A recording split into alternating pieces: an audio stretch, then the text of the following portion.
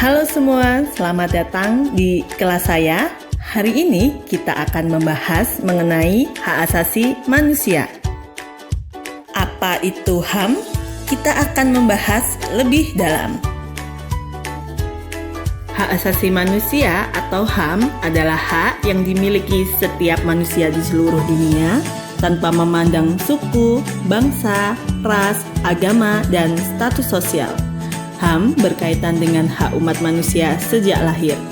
Salah satu ciri-ciri HAM yaitu tidak dapat dicabut dan dibagi. Setiap orang berhak mendapatkan hak seperti hak sipil, politik, ekonomi, dan sosial budaya. HAM juga tidak bisa diserahkan kepada orang lain.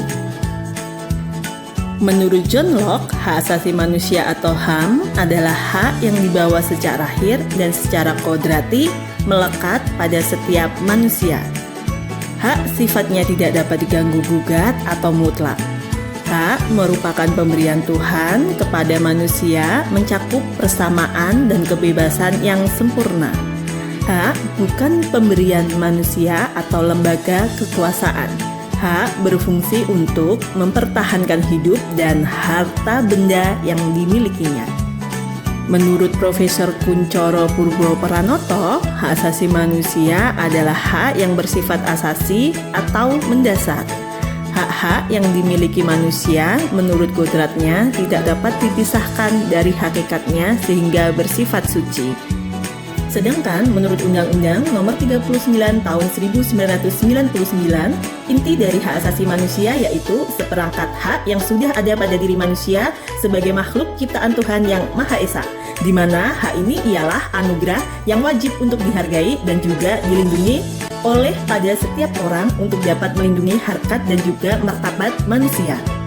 Ciri-ciri hak asasi manusia yaitu bersifat hakiki, universal, tidak dapat dicabut, dan tidak dapat dibagi.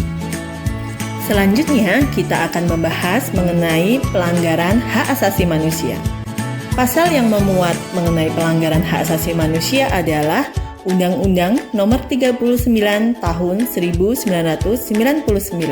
Pasal tersebut menjelaskan pelanggaran HAM adalah setiap perbuatan seseorang atau kelompok termasuk aparat negara, baik sengaja atau tidak, membatasi, mengurangi, dan mencabut HAM. Ada beberapa faktor pemicu terjadinya pelanggaran HAM di masyarakat. Di antaranya adanya kesenjangan sosial antar masyarakat, rendahnya toleransi dan tenggang rasa, kurangnya pemahaman dan penegakan mengenai HAM, serta lembaga penegak hukum kurang bekerja secara maksimal untuk mengusut kasus pelanggaran HAM. Berikut merupakan jenis pelanggaran hak asasi manusia. Berdasarkan jenisnya, HAM dibagi menjadi dua, yaitu pelanggaran HAM berat dan HAM ringan. Suatu pelanggaran HAM dikatakan berat jika berdampak pada kehilangan nyawa seseorang atau kelompok. Sedangkan pelanggaran HAM ringan yaitu tidak berdampak pada kehilangan nyawa seseorang atau kelompok, penganiayaan, dan pencemaran nama baik.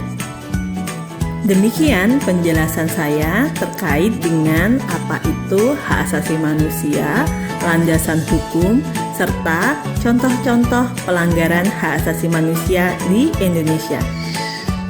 Mengutip dari Nelson Mandela, menolak pemenuhan hak asasi manusia berarti menantang kemanusiaan itu sendiri. Membuat seseorang berada dalam penderitaan dan kelaparan dan hidup yang penuh kekurangan atau miskin. Berarti tidak memanusiakan mereka. Namun, hal-hal tersebut merupakan nasib buruk yang menimpa semua orang kulit hitam di negara kita di bawah sistem apartheid. Demikian kelas kita, sampai jumpa di lain kesempatan. See you!